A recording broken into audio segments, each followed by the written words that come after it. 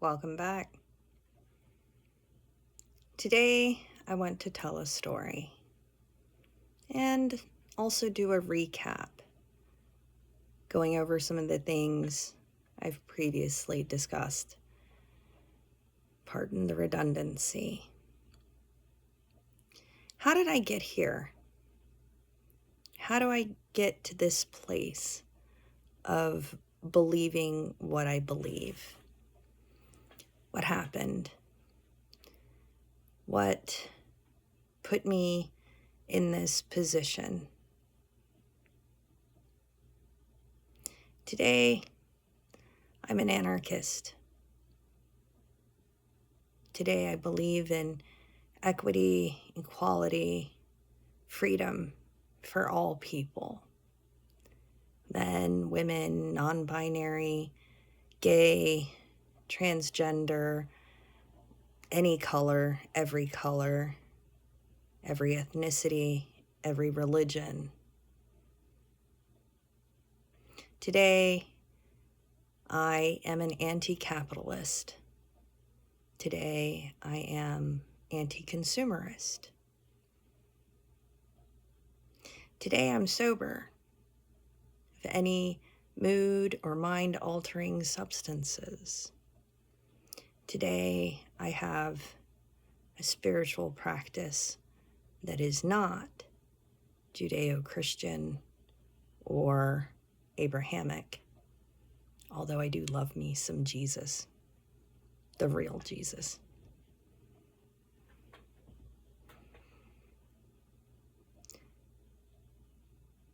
I've been on a journey, an evolution, self-improvement, deconstructing ideas that were instilled in me through the Catholic Church growing up and in a more conservative family,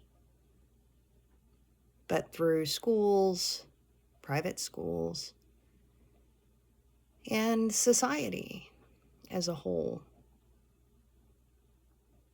How did I get here? I haven't always been this way. It's been a process. Again, an evolution. Very proud of who I am today and where I am mentally, emotionally, spiritually. Still working on the physically. It's again a process.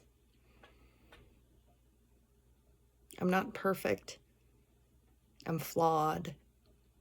I have my own issues. I mess up. I make mistakes. And I can be an asshole, just like everybody else. I'm a smoker, still struggling with the cigarettes. I've mentioned that in a previous video. I'm single by choice at this point. I'm a mom. I'm also queer. I don't pick a specific letter. Technically, you can consider me pansexual. I can operate all the equipment. I technically consider myself non-binary, but I can do my feminine thing. But all those things don't really matter. What matters are the ideas and the values and the actions and practices. That's what makes somebody who they are. So here's my story. See that guy in that picture right there? That was my dad. If he were alive, he would be turning 93 this year. He was an older dad. But he was human too. He made mistakes too. However, He did a hell of a lot of wonderful things, and he was a great man. I respect him very much, and I love him very much, and I miss him very much. Some of the things that he instilled in me were the ideas of service and how important that was, and his love of this country and being able to serve it. He took his oath extremely seriously to uphold the Constitution. He served through multiple presidencies, but he didn't serve a president. He served the office of the president. He was a Vietnam veteran, Naval Academy graduate, and was eventually on the Joint Chiefs of Staff for the Planning for Space Command. He had extremely high levels of security clearances. His main focus through most of his career was on missile defense, and he was heavily involved in those programs and also space-related programs. He was a devout Catholic, the good kind, the kind that believed in the real Jesus. He believed in kindness and compassion and being of service. I didn't know until later that he would go to Walter Reed and visit soldiers and never reveal his rank, but sat with them and talked to them and prayed with them. He was a deeply philosophical man who loved Carl Jung and read him frequently. And he was also the smartest man I've ever met in real life. He was a genius. He was a mathematician and an engineer. He taught satellite trajectory stuff at the Air Force Academy. He was brilliant. He was also a feminist. I've read through comments from his former secretaries of how well he treated them, that he believed in their intelligence and abilities, and that they could achieve whatever they wanted to. He believed that women should serve in the military. And he treated my mother extremely well, despite the fact that sometimes she didn't deserve it. He taught me independence as much as I would allow. He taught me to swim. He taught me to drive. He taught me how to box. He taught me how to march. And he taught me how to hold a rifle. Not a real one.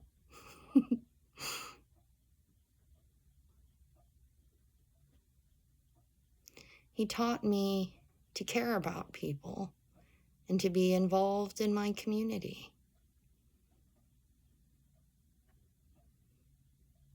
He never had an issue with queer people,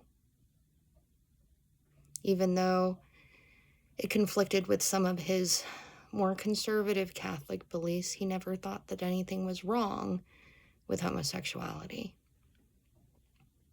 even though it conflicted with the ideas of its actual practice as far as a Catholic point of view was. He would listen to NPR and MSNBC and other things that my mom wouldn't listen to. My mom was very conservative Republican, and at the end of her life, she was a Trump fan, Fox News junkie. And he would sneak out. And we would sneak out.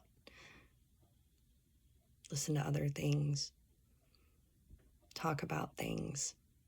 We had so many interesting conversations, and he had the best stories. We would go to Mass.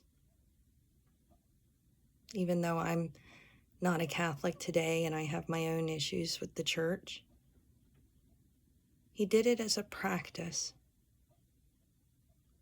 He did it to be humble. He gave to charities. He was kind to our neighbors in our community. I never remember him ever getting angry or arguing or yelling at anyone. In fact, I remember one time we had gone out to dinner with my sister at this very swanky place, and the waiter had accidentally dropped and spilled a glass of red wine on my father, all over his shirt. And my dad laughed so that we could all laugh. And he said, "It's not a big deal." This poor waiter was so embarrassed and afraid, and my dad just, let it go, laugh at it, chill out, ensured that everything was fine, and still left him a huge tip. He was a great tipper. And he was self-professed that he wasn't too big on pets, but he tolerated them and actually was very sweet and affectionate to them too. He was a good man.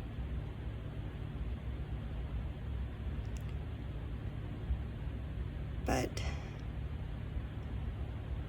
I remember our discussions on the Cold War and the space race.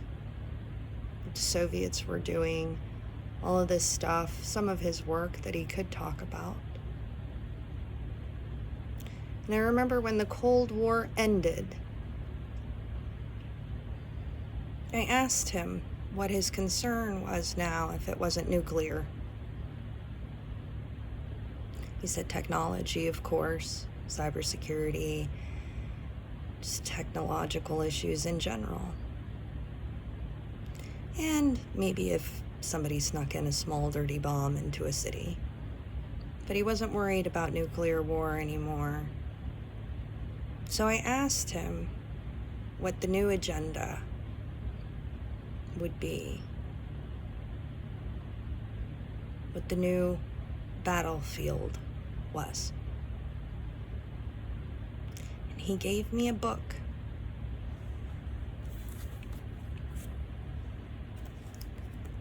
This is the book he gave me, the exact copy.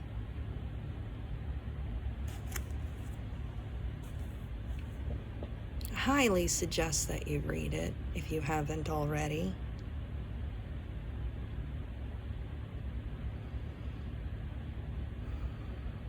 My father couldn't say a lot of things out loud or openly,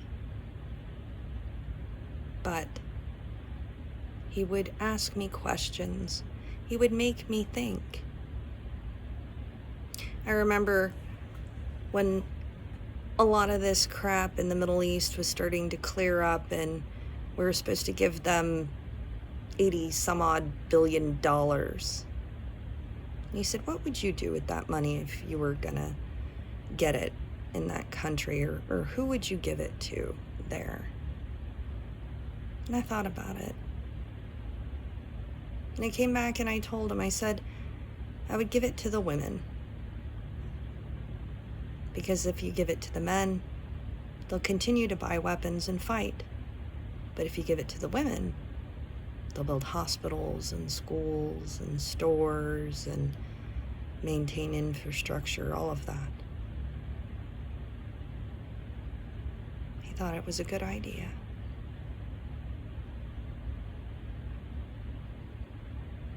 I know how he really felt about Vietnam. He didn't talk about it too much.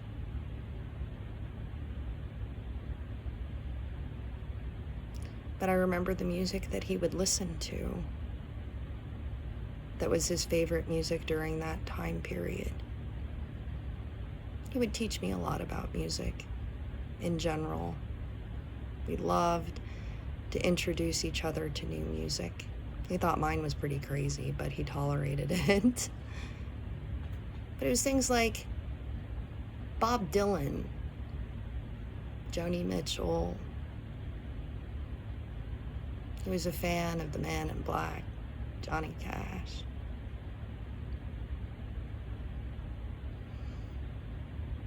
Simon and Garfunkel.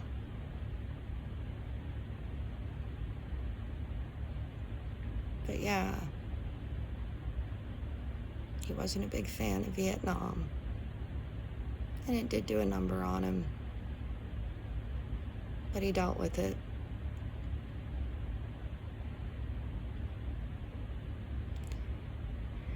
So, while I was growing up, I had pretty good grades, and he wanted me to go to the Naval Academy or to the Air Force Academy.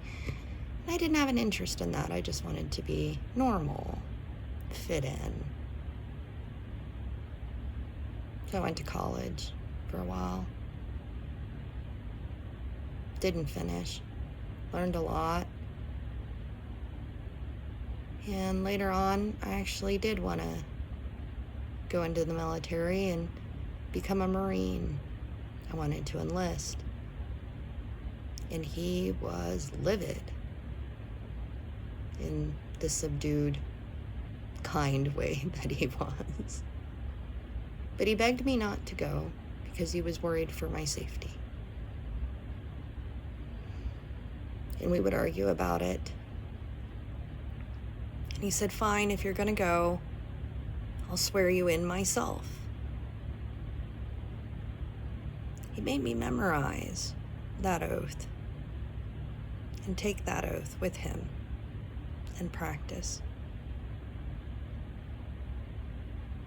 In the end, I didn't go. I stayed, not because I chickened out, but because of his age. I was afraid that if I was deployed, that he would pass away and I wouldn't be able to be there for him.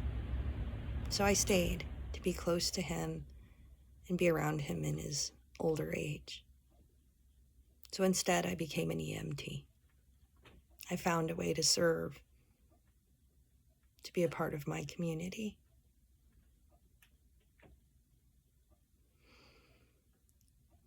But when he gave me that book, some of the discussions that we had, he kept me thinking. He kept questioning me, having me look into other things. We would talk about economics and geopolitical things and history and things that he thought were important for me to understand and know. And I kept reading and I kept studying and I kept learning. And that was a whole process that got me to where I am today. The things that I believe. Because he knew strategy very well. There were things that he taught me too about that I take with me, that I will always have with me, that mindset. So that book, there's a lot of wonderful books. I should put up a whole reading list at some point. This is another good one. But this one, I think, is pretty relevant to what is happening right now. And I want to read just a little bit towards the end. Pardon me for being boring.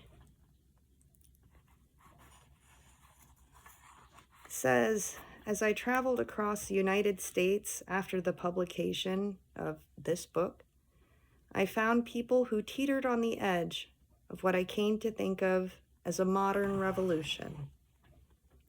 I heard them express outrage at our leaders. They recognized a truth that the mainstream press, politicians, and corporate executives are determined to ignore. That Iraq and Afghanistan, and Iran and Venezuela, and all the other members of the evil axis are not the real problem. The events in those and so many other countries are merely symptoms of a system that, like the British Empire in the 1770s, has run amok. People throughout the land understand that the real problem is a corporatocracy that has grown so selfish and greedy and so entrenched that it threatens the security of the United States and indeed the very survival of our species and many other life forms.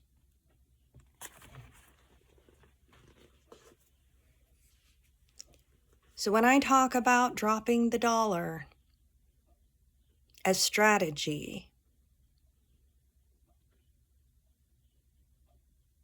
when I talk about minimalism, anti-capitalism, anti-consumerism,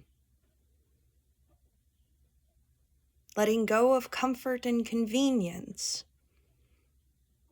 and it's not because I'm perfect and I'm better than anybody else or any of that. It's a fucking strategy. When you look at why Gaddafi, Hussein were killed, what their economic policies would have been, what they wanted to do for their own countries, makes a lot of sense. When you look at the wars, the coups, what has happened in Venezuela, and you realize that it's all about money. When you look at Vietnam, and you realize that it was the first test to see how much we could spend on a war. When you look at the space race in the Cold War, and how Soviet technology, all of their space stuff was superior to ours, but we won because we outspent them. When you look at the problems today in the United States and around the world with the Epstein class, the funding for DHS and ICE, that they are technically paid mercenaries and are acting as such. That they were convinced and bribed into those jobs for the love of money and bonuses and debt relief for student loans. When you look what capitalism is doing to the environment and our ecology, when you realize that the United States military is one of the biggest polluters in the world,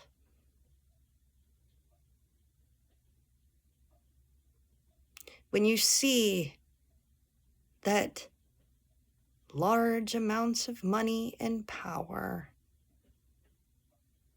can be used to blackmail and bribe people and allow children to be trafficked and abused, and that those people are not seeing any justice or repercussions, that a system that promotes greed and power allows these things to happen. At what point do you decide that it's enough? that certain values,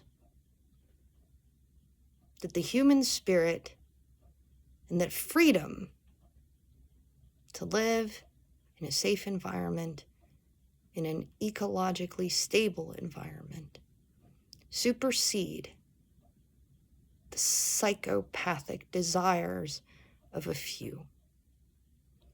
When is enough enough? If you are not outraged, you are not paying attention.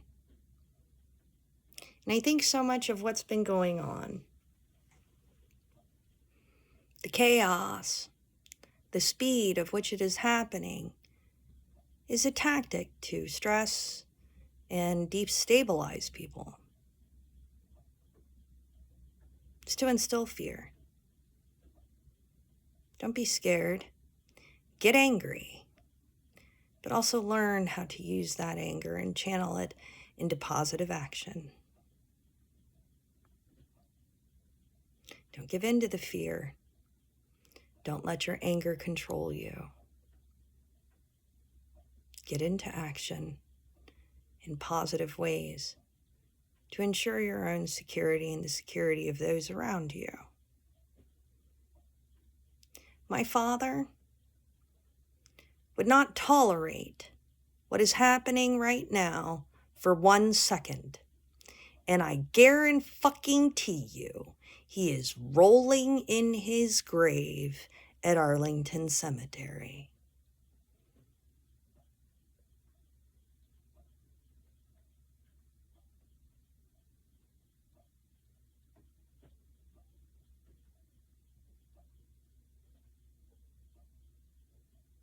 Drop the dollar. Voting is not going to change this shit. Direct action, mutual aid, ensuring the integrity of our infrastructure, that we can supply care to the people. We need to feed people. We need to ensure that they get medical care, that the power stays on, etc., etc. Everything else we can brainstorm and figure out later. Writing strongly worded letters is not going to work. Left wing, right wing, it's all the same bird. And that thing is a cross between a vulture and a dodo. Now's the time. No more sitting around, being scared. Get out there. I'm snowed in currently, but I can do this. And my other plans and preparations. Keep doing the positive that you are doing. Don't give in to the fear. Use that anger constructively for positive. There's one other thing I want to read from this book.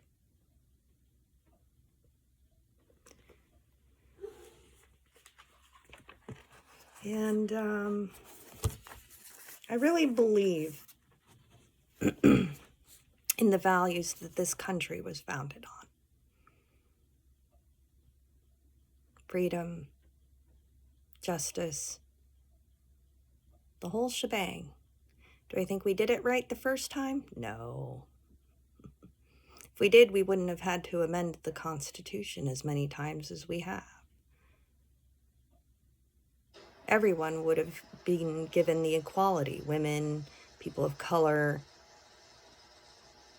We wouldn't have treated the indigenous people the way that we did. But that's what growth and evolution is about. That's what deconstruction is about. So I'm going to read this. It's from the New England Chronicle in 1775. It says, Never was a cause more important or glorious than that which you are engaged in.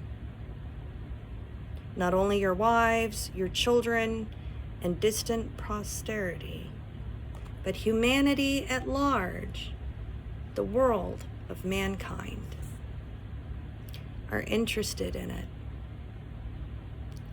For if tyranny should prevail in this great country, we may expect liberty will expire throughout the world. Therefore, more human glory and happiness may depend upon your exertions than ever yet depended upon any of the sons of men. And it was signed, a free man.